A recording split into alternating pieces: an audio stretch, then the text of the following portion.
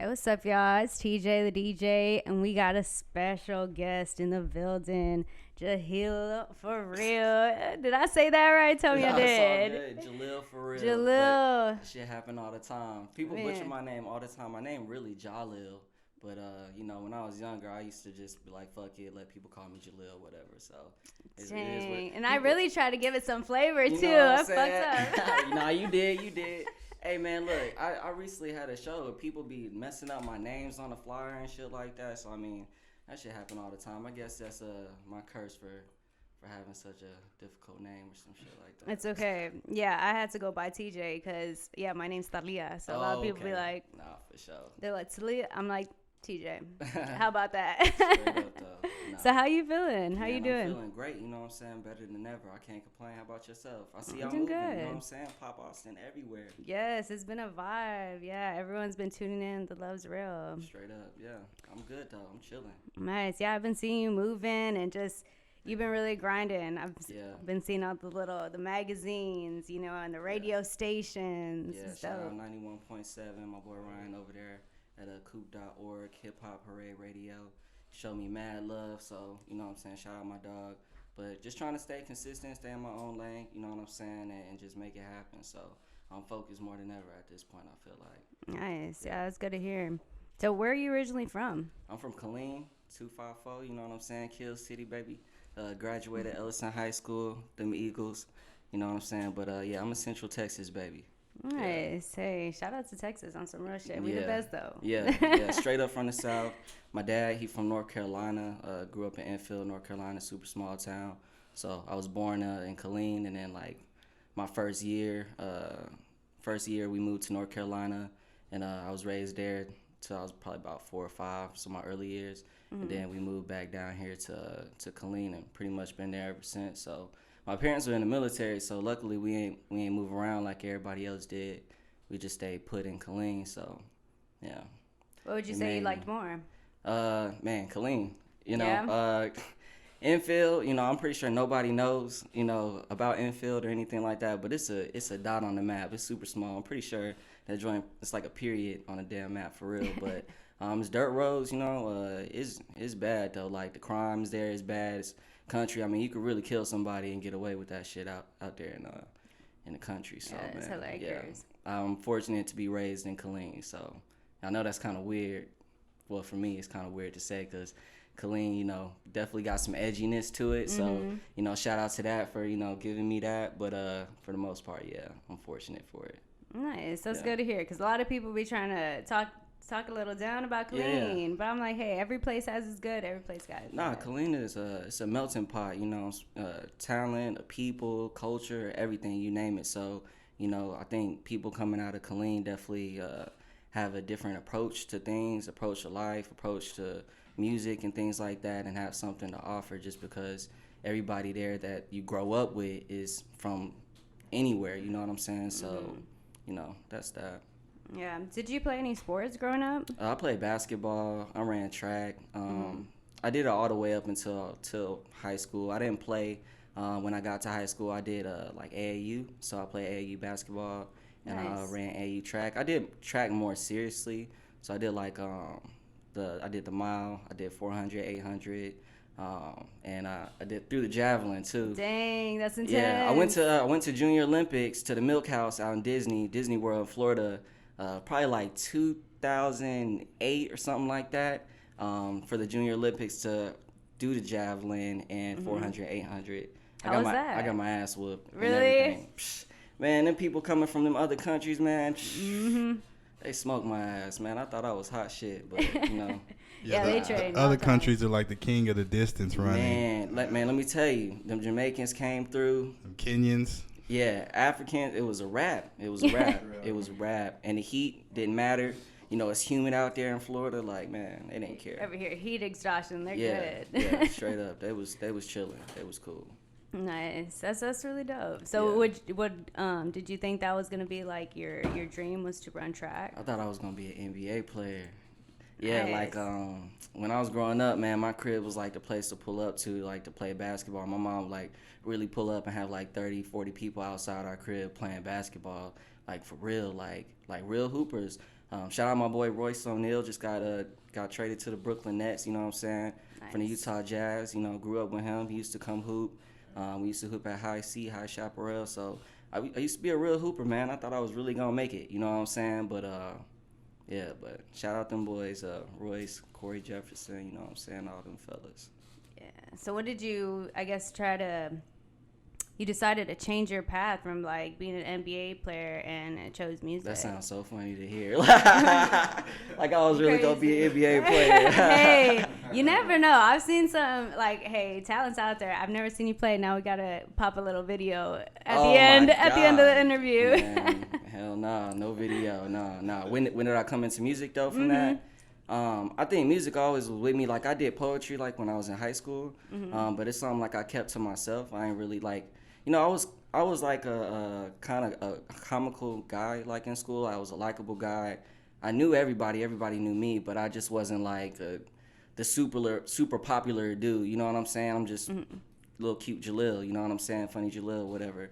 So like I really kept to myself doing poetry and stuff like that. So it wasn't until like I got to college and you know, I learned how to make beats and stuff like that. I heard one of the homies in the room making beats for the first time, and then I went in there and got the program from him, Fruity Loops, and it's been a rap ever since. So like, really, that's pretty much how my approach to music came. It's kind of always been in me. Like when I was younger, like when I was like in middle school, me and some homies from the neighborhood, cause you know B2K. Backstreet Boys and NSYNC was big, so you know we made a super group. You know what I'm saying? Had the girls in the neighborhood dancing straight up, for real. That's lit. We did all that, and I remember writing my first rhyme. Like I don't know what it was. It was something about buying you diamonds in Salado, some shit like that. Man, look, let me tell you, I thought that was something. But anyways, I wrote that on the toilet in my mom's bathroom and shit, and yeah, man, that was it. So that was probably like my first like real attempt at like a group. I thought I was gonna be a singer.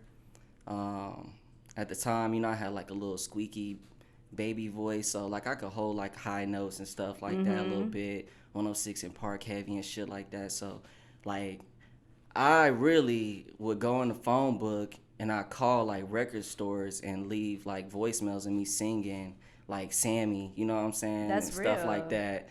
Cause I'm thinking like these record stores are like record labels, you know. I don't really know nothing about no music, you know what I'm saying? So, like I was doing shit like that. So, you know, it's always been in me like the ambition to like be somebody or entertainer. Like, so I would say that's probably.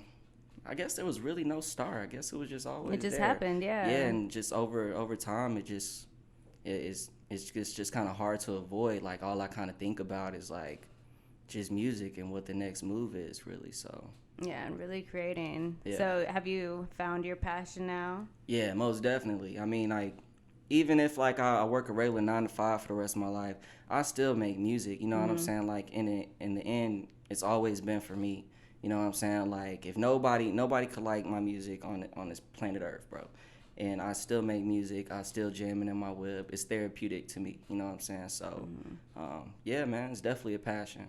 Yeah, Sure. that's dope. And that grind, like, you know, Colin, even if it's record stores, just having that ambition, that grind in you already and you just learn the recipe and you can go all the way. I never even realized any of that until, you know, I got a little bit older and I started to reflect. You know, you get a little bit older and you start to think back just on life and stuff. And, like, I would just sit back and be like, damn, like, I really did that shit. Like, maybe it's always been there, you know what I'm saying? So, yeah, shout out to young me, you know? Yeah. Yeah.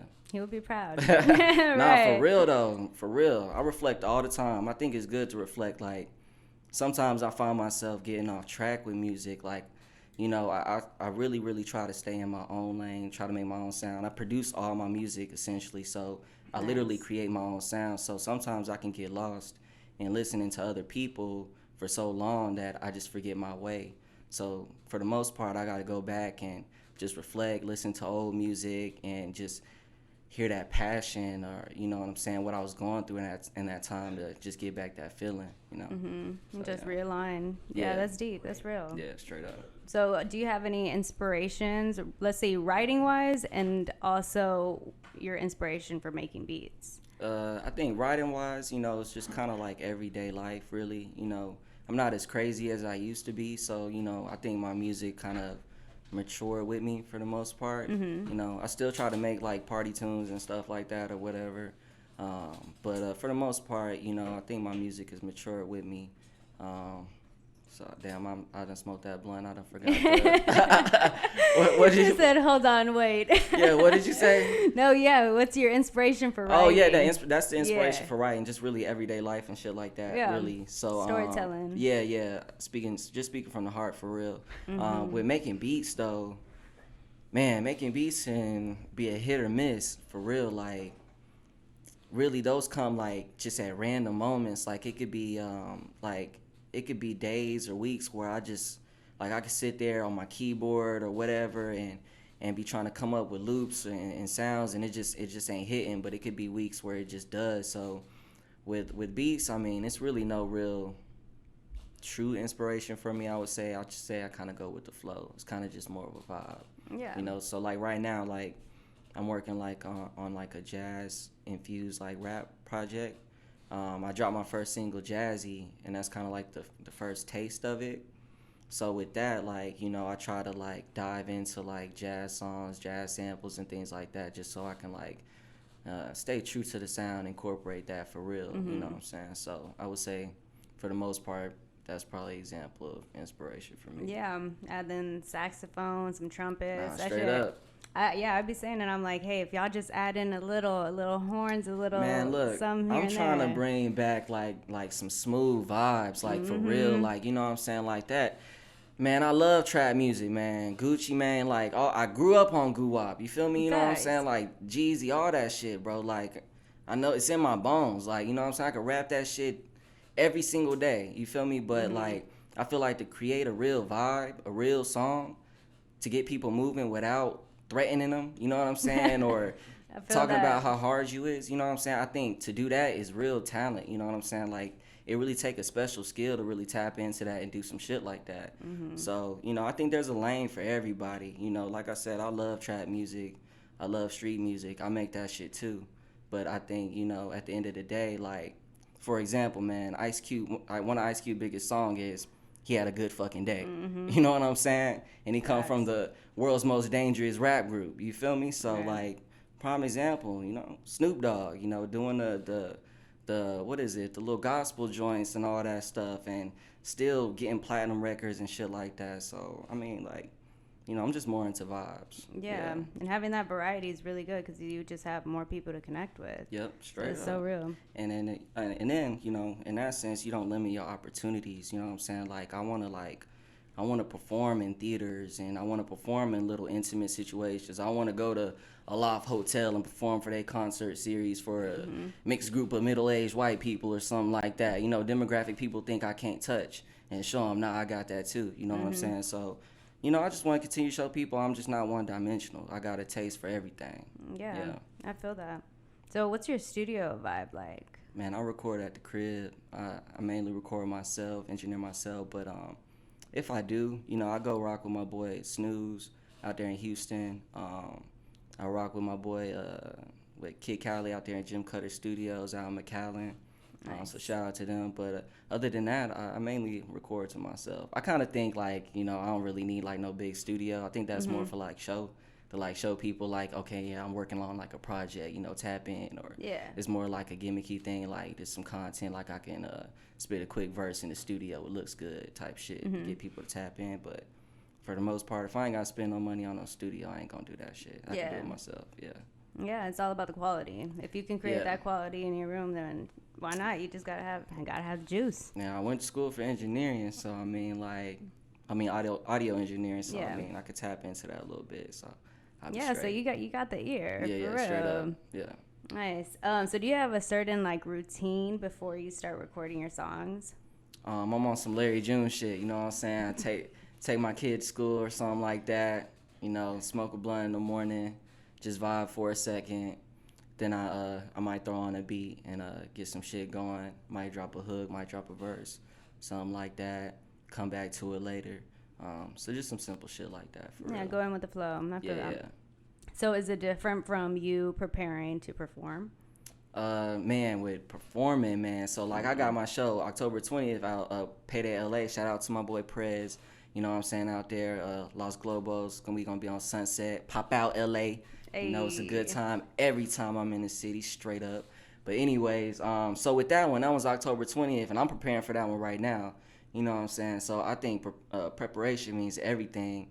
And I really like take pride in performances. You know what I'm saying? I think showmanship is a big deal. You know what I'm saying? So I think like having bits and pieces, little elements to my performance really means a lot, rather than me just going up there rapping over, you know, my vocal track or some shit like that. You know, I might drop the beat and, you know, cut into a rap and then the song come in, some shit like that. So I'm kind of theatrical like that. I like to plan shit out, like actually give people some sort of experience. So yeah. So like that one's 3 weeks out. I'm planning on that right now. So nice, yeah. That's gonna be exciting to see. Nah, I love a good performance, man. Straight up, yeah. I'm excited for that. The venue's super dope. I ain't never been there before, but I think it's gonna be lit for sure. Nice. So being in the entertainment industry, do you prefer smoking, drinking, or are you just cool by yourself? No, I like to smoke. Nah, smoking for sure. I used to be a big drinker. When I lived overseas, when I was in Korea for them 2 years, man, like, you know, I couldn't smoke or anything. So, like, man, I became like a raging alcoholic. Like, I was a Ciroc boy for sure. That's when they was dropping, like, every new brand of Ciroc and shit like that, super heavy. So, I was over there in them clubs heavy on that. But I would say for right now, man, smoking. I used to be a pill popper in high school, but bad experiences with that. So don't do pills, kids. Cut that shit out. Especially right now with all the fentanyl, lace, and all that. It's the worst time more than ever to be popping some damn pills for real. So thinking back on it now, that shit was dumb as hell. I don't know why I was ever doing that shit. Like, I would literally black out, can't remember nothing. Like, and it's really scariest times of my life for real doing that shit. So like, yeah, I'm fortunate to just come up out of that, because I really did lost a lot of homies, like, for real, to them pills, man. Like, for real. Yeah, gotta be careful, for real. You said you were in Korea. So what were you doing in Korea? Yeah. So long story short, when I was in college out in Houston, I got the program from my homie to make beats and stuff like that. I got pretty good at that. Met a dude who was like supposed to be the new member of Pretty Ricky at the time, and he was telling the truth. But anyways, so me and him became really cool. I was going over his house a lot, and he offered me the opportunity to go on the road with them. It was going on tour. It was Pretty Ricky, Webby, and Travis Porter for like 2 or 3 months, and we only traveled the South. And he pretty much brought me on the road, you know what I'm saying, to do that. When I got back to school, I had to drop out just because I was gone for so long. My parents in the military, so they was overseas, about to go overseas to Korea. So I pretty much had no choice to go over there. That was like my last resort. Miserable, I didn't want to go, but very fortunate I did. Best experience of my life, you know what I'm saying? Basically like an artist development experience for me to, you know, really tap into myself, trial and error for a lot of stuff, figure things out. Performing, shit like that. Like, Korea was an amazing experience. I'm trying to go back right now. I'm trying to find a venue right now. Like, I was just on Facebook right now going through my old shit, like probably like 2 weeks ago, trying to find like this one venue I performed at to try to tap in with them niggas to be like, hey, like, let's make some shit happen. Like, you know what I'm saying? So I'm still working on some shit like that. But Korea was like a real defining point for me. Like, it's like where I saw my first like record deal contract. It wasn't for me, it was from one of my homeboys. Like, he was really taking it serious, and he came from Atlanta and stuff like that. And at the time, like, music was still new to me, so like he showed me just like what you can achieve just by like taking it serious, you know what I'm saying? So it was a real breaking point for me. You know, my dad like really got to see me and take it serious as well. I remember a story, him walking down the Ville outside one of the military bases, and seeing a flyer of me on the floor, you know what I'm saying, talking about I got a show that night, you know what I'm saying? So, you know, to see his son on a flyer in the middle of a fucking nowhere, you know what I'm saying, just making moves like that all on my own at such like a young age. I was probably like fucking 19, 20 years old at the time. So yeah, man, like, Korea was amazing. Yeah, that Yeah. sounds dope. Yeah. Yeah, and that's just like good memories. Yeah, if I could go back, if I could rewind time, I'd go right back to Korea for sure. Nice. So, how was the Korean music scene compared to like the Austin American music scene? Oh man, like, well, at the time, man, when I was there, like, it was just popping. Like, literally, I swear to God, I was in Gangnam when I first heard the song Gangnam Style. I was in a club. It was a big ass club. They got amazing clubs in Korea, by the way. Big ass club, double decker club. It had a hip hop section, pop, all that. Hundreds of us in there, and then they dropping Gangnam Style, and everybody going crazy. But like K-pop, man, like K-pop was like an emerging big deal. I can't remember the group of these females that was popping at the time, but I definitely got approached to do K-pop. I got offered they was gonna write the Korean lyrics and stuff, but that didn't make sense to me. Being a black guy, young black kid out there, you know what I'm saying, doing that. I didn't plan to stay in Korea. You know what I'm saying? So Do you know Korean? Nah, I don't know no Okay. Korean. Nah, not at all. I wish I did though. But I mean, I can understand a little bit for the most part, just because I've been there for a minute. But nah, I ain't in tune with it like that, like I used to be. But yeah, K-pop music is dope though. I used to listen to a little bit of it when I was out there, but yeah, for the most part, I stuck to myself. Yeah, it's definitely a really big genre right now. Nah, for Like, sure, you can't escape it. Dee Like will tell ya. they pushing them jokers in our face, like for real. It's hard, like, For real. And they like, fan base yeah. is insane. Like I be seeing on Twitter, they be going through certain drama. I have no idea what they talking about. Like this B2 something group or you know what I'm saying? Like I have no idea what they talking about, but they fans be like incredible. So man, if I can get like 20% of their fan base, I'd be good. Like Yeah, straight because up. it's crazy. And they Yeah. all got a good amount of following fans. Like, if you look up some, like, if you think our American artists are, like, super hot on YouTube, like, check out a K-pop artist. And it's, Yeah. like, K-pop double, triple. Smash 'em. Yeah, they got the Blackpink. They have like the most subscribers Blackpink. out of any artist, and then second is probably BTS, their YouTube channel. But the crazy part is they've never uploaded a music video on their specific YouTube channel. It's only through the label, and they still got like 40 million subscribers. Oh, dang. It's crazy. Dang. You know, when I was leaving Korea, I was watching like this news clip, and they was actually talking about like the process of making like these K-pop bands and groups and stuff like that, and that shit's like real rigorous. You know what I'm saying? Like they really find like a couple people, complete strangers, you know what I'm saying, and try to make that chemistry work. And if it don't work, like you gone, and then Yeah. another one come in and like you know what I'm saying, like it's So really they make like it some work. like boot camp joint. It be for years, like for real. So I don't want to do no shit like that. I mean, I don't really Yeah. love it if you gotta force me to work like that. You know what I'm saying? Yeah. So, Yeah, because man. then you're getting a little further away from you, and you're just doing what works after that. But more power to them. You know what I'm saying? So yeah. Yeah, shit's crazy. So I saw that you were on tour. Yeah. How was tour life? Yeah, shout out big homie Pete, you know what I'm saying? You made for it. Love for life, you know what I'm saying? My boy Mal, Illman of shows, Jay Worthy. But yeah, man, it was lit for real. San Antonio was mad dope. Like, I never performed at Paper Tiger before, so it was a cool venue. It was real lit. But it was dope, man. I'm looking forward to. I want to do a national tour, man. So if anybody's doing a national tour, man, hit your boy up. You know what I'm saying, for real. So yeah, No. I've been trying to hit the road more often, man. Like, more so like get out the city. You know, I feel like I spent a lot of time like putting in work in Austin and stuff like that, and I'm definitely appreciative of the love I get from Austin.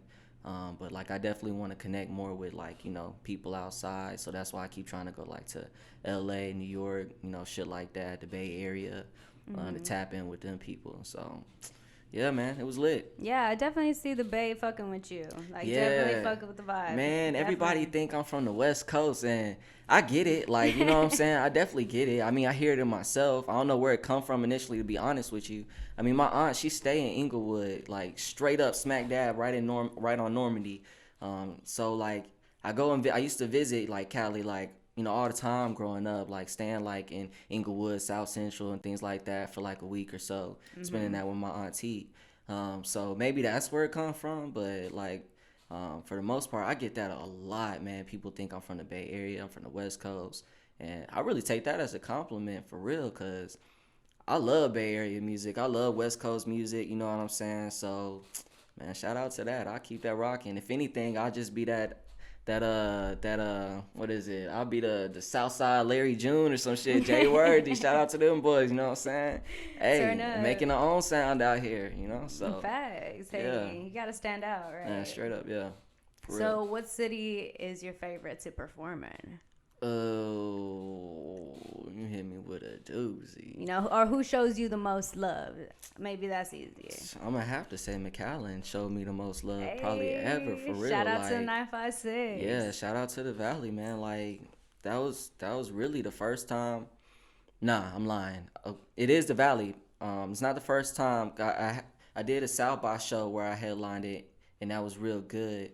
But like the Valley, like they packed it out for one, but for two, man, like they was real receptive. Like they was really there to like listen, enjoy it, and participate. Like, and all the artists that went on before me was super dope, and you know what I'm saying, all chopped it up. You know what I'm saying, it was super lit. So I would say McAllen was a dope vibe, and probably after that, I had to say LA. Like, you know, I did a show with Payday LA previously out there at the Resident, and you know that shit was dope as fuck. Like, LA is real receptive too. Like them boys out there really dare to listen to music too. So I would say, yeah, the Valley and LA. Nice. Yeah. So I see you got that TDK on too. Yeah, shout out TDK, man. You know what I'm saying? One of the best brands I done came across. Like I can't get these boys off me straight up. Like I find myself every day wearing some TDK shit. So yeah, shout out them boys. They super dope. These glasses right here, TDK. This hat, TDK. My shorts, TDK. Like, I'm CDK down to the flow. Right, I mean, clean. like, you know So how'd that come about? Was it like when you were just down there you came, or they invited you? So man, how did that come across? So with my boy G, the first time when I was going to the Valley, when we was doing the show and everything, what did we do? We went to the mall. We stopped by TDK and he introduced. No, we didn't. I'm lying. We went to, there was like a sneaker convention that was going on by the mall in like a hotel, and TDK had a booth, and Nice. they wanted me to pull up there just to kind of just say what's up and everything like that. So I went and did that, and that's the first time, like, you know, we met, chopped it up. They came to the show. Well, no, we did I went to their store, bought some shit. I think they gave us some merch actually. Yeah, they gave us a shirt to wear, some clothes. Me and my boy Astro Key. Shout out to my boy Key. And then we went to the show, and then you know they came through, and we've kind of been solidified ever since. And Nice. after that, when we went back, when me and my boy Key dropped the Wolves EP, we had our release event in their store in the mall. So like they've been very supportive. Like Nice. and what's crazy is I'm gonna be the bad guy. I reached out to a lot of motherfucking boutiques in Austin, a lot of boutiques, you know what I'm saying, that turned a blind eye on your boy. So, you know, it is what it is. But, you know, I think at the end, like, you gotta show niggas. Like, I'm more of like an action type of person. Like you just gotta step out there and like show niggas like, nah, I'm really gonna make this shit happen regardless. So yeah, man, TDK, much love for rocking with your boy. Yeah. Yeah, shout out to the Valley. They really do show love, and they coming up. Like, I'm from the Valley, so I know for sure when I went back a few months ago, I was like, this mall is not the same mall that I saw and seen. It's nice. It's cool. Yeah, like it looks like it's definitely the a way Valley step up. actually looked like it could be part of the West Coast for real, like with the palm trees and stuff like that. Like, it's real nice. And then like they downtown is cool. Have you been there recently? To like, so they downtown is kind of like a 6th Street, like a mini 6th Street. They like added lights and all these, like everything's themed. That joint get popping. That joint get popping at night, like for real. You can't drive down there for real. So shout out 956, man. I'm trying to spend I'm glad we talking about the Valley. You know what I'm saying? Cause I got something coming up. It's gonna be next year, and that shit is tremendously huge. No nigga, no artist, no female, nobody has done it, and I'm about to show them what's good. So I got something big coming up with an NBA team out there. So Ooh, Yeah, watch out for that. Straight Oh, up. that's just exciting. Yeah, so I'm gonna just leave that right then and there. But I'll probably announce something like that probably like December. So yeah, nice. Stay tuned for that, Valley. I'm trying to get y'all to pop out to Edinburgh. Hint, hint. Hey, Edinburgh, Texas was good. Yeah. So do you have any new singles, EPs coming out? I just dropped Jazzy. You know, that's the first taste of like the jazz hip hop project that I'm dropping. I got some features on there. I'll give y'all one. I'm about to have my boy Young Simi on one of the joints with me. So shout out South Florida. And I got another feature I'm gonna throw on there that's real smooth from Vegas. But I'm gonna keep that real short with that project. But for the most part, I'll be dropping like singles and stuff like that. That's really what I'm kind of focused on now for the most part. Cool. Yeah. So if you had to pick a favorite song of yours, what would it be and why? Damn, that's tough. You know what I'm saying? Because songs are like babies. Right? You know what I'm saying? These my babies. Every time I think of one, it's like it take me to a certain time. So like, okay, like I give one. You know what I'm saying? It's probably like, okay, it's not like my top favorite, but I would say the most meaningful one that makes it my favorite in a sense is probably Amen. That's off the Feels album. I think it's on the Feels. Damn, I should know that shit. Anyways, yeah, Amen. I was supposed to have Montel Jordan on that joint. Man, that would have been incredible. I'm still hoping for some remix or some. Hey, Montel, holla at your boy. Come on, we've been talking, my dude. Come on. Hallelujah.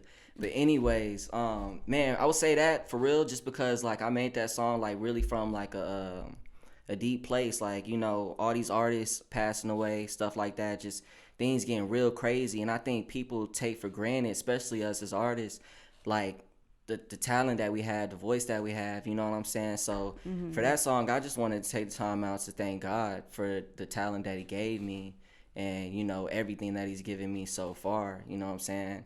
Like, that's how I look at my music in general, as like a reflection of me. So when I pass on, I want people to go back, listen to my shit, and, you know what I'm saying, really feel me and be able to see where I'm coming from. So I would say probably Amen. And if I had to choose like overall a song, I have a song coming up on this jazz project called Smooth. That's like that's kind of undeniable. I fuck with that. Nice. Yeah. It's called Smooth, and it is smooth. It's smooth as hell with a nice little jazz tune. Yeah. Nice. Exciting.